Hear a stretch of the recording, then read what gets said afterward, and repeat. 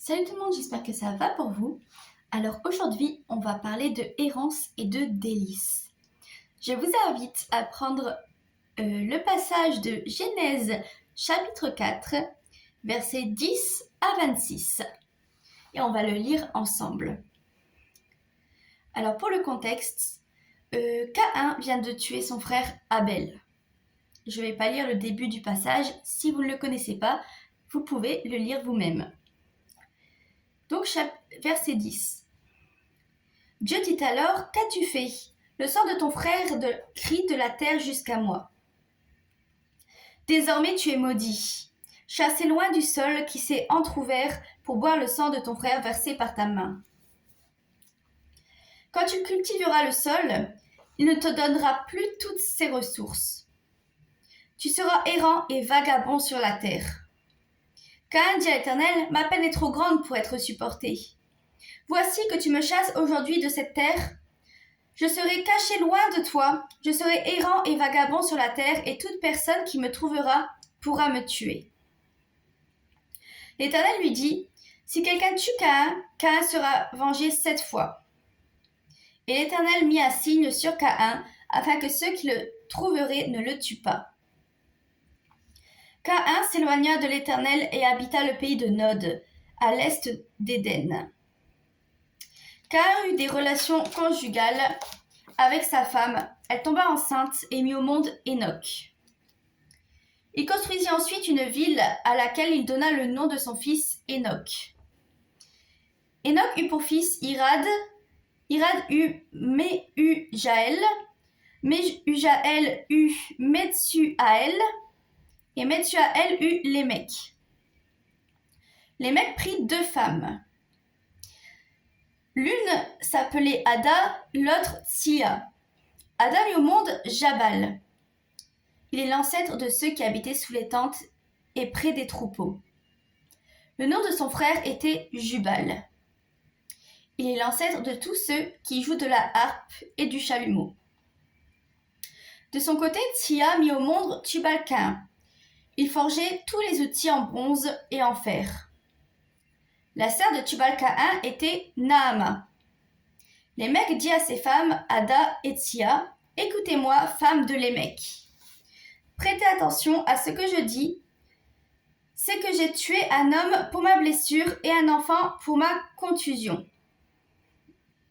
Si Caïn est vengé 7 fois, Lémec le sera 77 fois. » Adam eut encore des relations conjugales avec sa femme. Elle mit au monde un fils et l'appela Seth, car elle dit « Dieu m'a donné un autre fils pour remplacer Abel que Caïn a tué. » Seth eut lui aussi un fils et l'appela Enoch. C'est alors que l'on commença à faire appel au nom de l'Éternel. Ok, on a lu le passage qui nous intéressait et on va l'étudier. Donc, Caïn a tué son frère Abel et Dieu lui demande des comptes. Et puisqu'il a tué son frère et que Dieu sait très bien qu'il a tué son frère, il est Dieu, il sait tout. Il le bannit du jardin d'Éden. Le jardin d'Éden représente la présence de Dieu. Donc, à ce moment-là, Caïn est banni de la présence de Dieu. Et on peut voir qu'il commence à prendre peur parce qu'il ne sera plus sous la protection de Dieu. Puisqu'il nous dit « Ma peine est trop grande pour être supportée. Voici que tu me chasses aujourd'hui de cette terre. Je serai caché loin de toi, je serai errant et vagabond sur la terre, et toute personne qui me trouvera pourra me tuer. » Donc, être loin de la présence de Dieu, ça revient à être sans la protection de Dieu. Et d'ailleurs, pour rejoindre le titre « Errance et délices », Caïn nous dit bien que être loin de Dieu, c'est être vagabond. Donc la vie de vagabond, c'est pas une vie heureuse en fait, tout simplement. C'est une vie de survie, il doit survivre, etc. Et d'ailleurs, être coupé de la présence de Dieu, c'est être coupé de ses bénédictions aussi. Dieu pourvoit à nos besoins. Il avait donné le jardin d'Éden à la base avec des fruits, etc. Et l'homme n'avait rien à faire. Adam a péché, et là déjà l'homme a dû travailler pour pouvoir se nourrir. puisqu'il avait déjà été banni aussi de la présence de Dieu du jardin d'Éden du coup. Et donc là, Dieu lui dit, quand tu cultiveras le sol, il ne te donnera plus toutes ses ressources. Tu seras errant et vagabond sur la terre.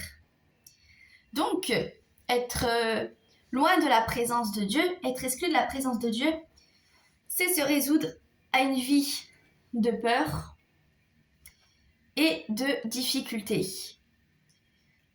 Puisque si la terre ne nous donne pas les ressources, si Dieu ne pourvoit plus à nos besoins, comment on va faire pour se nourrir? On va avoir beaucoup plus de mal. Ensuite, on peut voir aussi qu'être exclu de la présence de Dieu, ça va nous pousser encore plus dans le péché. On est exclu de la présence de Dieu parce qu'on pêche, parce qu'on n'obéit pas à sa volonté. C'est ce que Caïn a fait, il a tué son frère et c'était interdit, c'était un péché. Donc il a désobéi à Dieu et il a été chassé loin de sa présence. Et être chassé donc de la présence de Dieu, ça se répercute aussi sur les générations suivantes.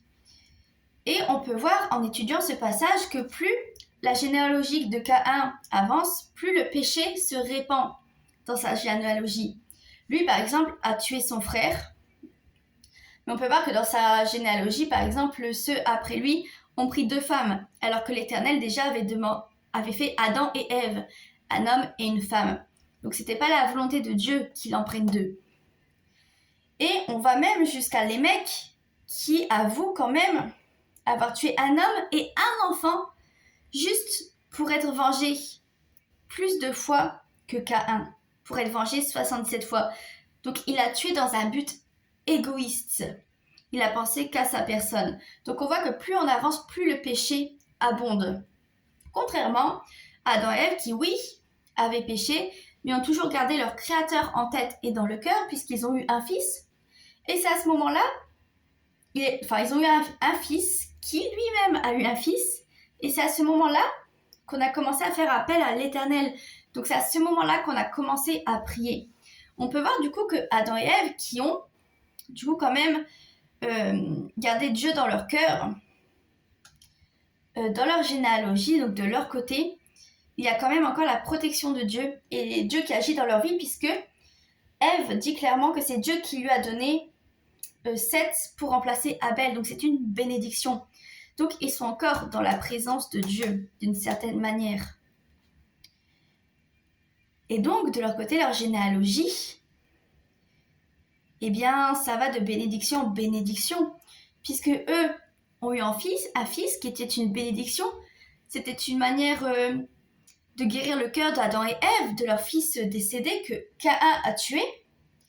Et Seth a eu Enoch, qui lui aussi est une bénédiction, puisque lui va faire appel à l'Éternel. Et c'est à partir de lui que les gens vont commencer à faire appel à l'Éternel. En tout cas, du côté d'Adam et Ève.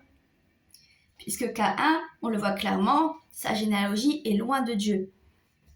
Donc, qu'est-ce qu'on peut conclure de ce passage? Qu'est-ce que ce passage nous apprend? J'ai beaucoup parlé, je vais raccourcir un petit peu.